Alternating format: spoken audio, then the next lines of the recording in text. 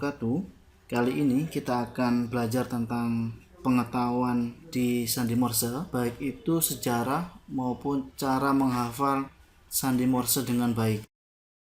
Sandi Morse itu ditemukan oleh seorang ilmuwan yang bernama Samuel Finley Breese Morse atau alias Samuel Morse. Kemudian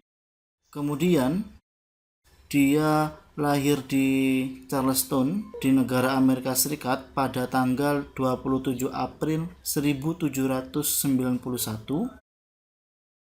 Kemudian dia juga sebagai ilmuwan atau penemu. Selain itu, Samuel Morse juga dikenal sebagai pelukis yang cukup terkenal. Untuk sejarah sandi Morse, pada tahun 1838, Samuel Morse dan asistennya, Alfred Vail, mendemonstrasikan perangkat telegraf yang lebih sukses dengan menciptakan alfabet khusus untuk digunakan sebagai pengirim pesan di telegraf. Kode ini kemudian dikenal sebagai sandi Morse. Pesan telegraf dikirim dengan mengetuk kode untuk setiap huruf dalam bentuk sinyal panjang dan pendek. Nah, untuk sinyal yang pendek itu disebut bits atau titik.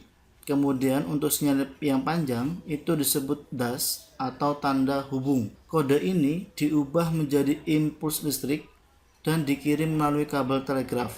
Penerima telegraf di ujung kabel mengubah impuls kembali ke titik dan garis, lalu menerjemahkan menjadi pesan. Pada tahun 1844, Samuel Morse mendemonstrasikan telegraf dengan mengirimkan pesan pertama ke Kongres Amerika Serikat dengan bertuliskan "What had God wrote?"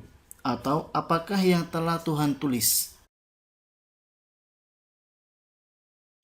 Kode asli Morse ini tidak persis sama dengan yang digunakan saat ini, termasuk jeda serta tanda hubung dan titik. Dalam konferensi di Berlin pada 1851, ditetapkan versi internasional sandi Morse yang digunakan hingga sekarang. Berikutnya adalah cara menghafal sandi Morse. Yang pertama adalah umum. Nah, kalau umum berarti setiap hurufnya diurutkan dari huruf A, B, C sampai huruf Z. Kemudian angka 1 sampai 0. Artinya, metode umum ini diurutkan dan dihafalkan secara berurutan. Kemudian untuk cara menghafal yang kedua yaitu metode pengelompokan. Kita perhatikan untuk metode pengelompokan ini itu ada dua kolom yang dimana sebelah kiri ini adalah terdiri dari titik, kemudian sebelah kanan itu adalah terdiri dari garis. Kita perhatikan untuk huruf E, I, S, H itu mempunyai pola di mana E itu adalah titik 1, kemudian I adalah titik 2, kemudian titik 3 untuk S, dan terakhir titik 4 untuk H. Nah, ini berlawanan dengan huruf T, M, O, K, H, di mana T itu adalah panjang 1, panjang-panjang, kemudian O-nya adalah panjang-panjang-panjang, dan yang terakhir untuk huruf KH yaitu panjangnya sebanyak 4 kali.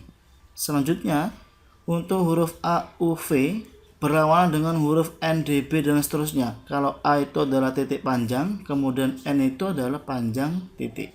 Begitupun huruf U, titik-titik panjang itu berlawanan dengan panjang titik-titik atau berkebalikan. Ada huruf yang tidak mempunyai lawan, yaitu khusus huruf C, J, dan Z. C itu adalah panjang titik, kemudian J itu adalah titik panjang 3 kali, Z-nya adalah panjang-panjang titik-titik. Nah, khusus 3 huruf ini dia berdiri sendiri. Kemudian ada sandwich.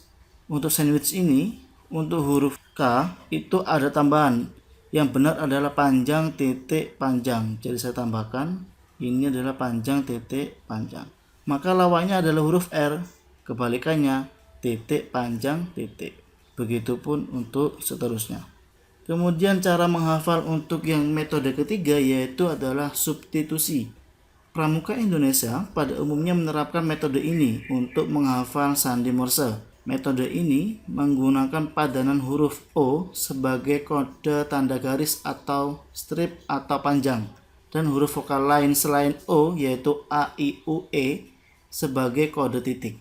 Misalnya, untuk huruf A yaitu adalah kalimatnya ano, di mana vokalnya adalah A dan O. Berarti kalau A itu adalah titik, kemudian O itu adalah panjang, maka menjadi titik panjang. Begitupun B, Bonaparte, yaitu huruf vokalnya adalah O, A, dan E.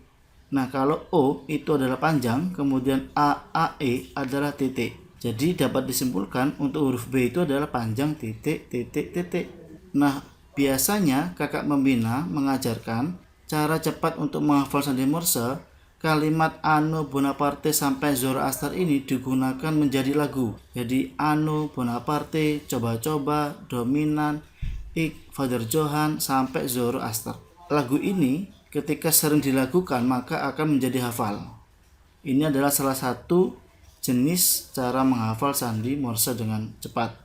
Selanjutnya contoh soal bagaimana menerjemahkan suatu kalimat ke dalam bentuk sandi Morse.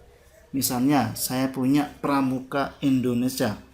Nah, kalau kita sudah hafal, kita bisa mencoba bahwa huruf P itu adalah titik panjang titik, kemudian R itu adalah titik panjang titik, kemudian A, M, U titik panjang, K panjang titik panjang, dan yang terakhir adalah titik panjang. Untuk spasi antar kata itu adalah kita spasi, jadi tidak perlu garis miring, langsung ke I yaitu Indonesia, berarti titik N, D, O, N, E, S, I, dan yang terakhir adalah Indonesia, huruf A. Kita dapat menyimpulkan untuk spasi antar kata kita cukup di spasi, kemudian untuk jeda antar huruf menggunakan garis miring. Selanjutnya, bagaimana cara menerjemahkan dari sandi Morse ke huruf bahasa Indonesia. Nah, ini adalah P, kemudian ini adalah E, N, G, A, L, A, N, G. Jadi kalau kita sudah hafal maka cepat kita bisa menggunakan teknik ini karena kita sudah di luar kepala. Selanjutnya ini titik panjang H, E,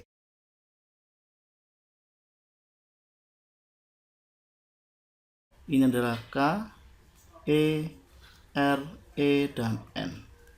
Demikian sekilas info tentang sejarah Morse, kemudian cara menghafal Morse, dan penulisan sandi Morse. Terima kasih, semoga bermanfaat. Salam Pramuka.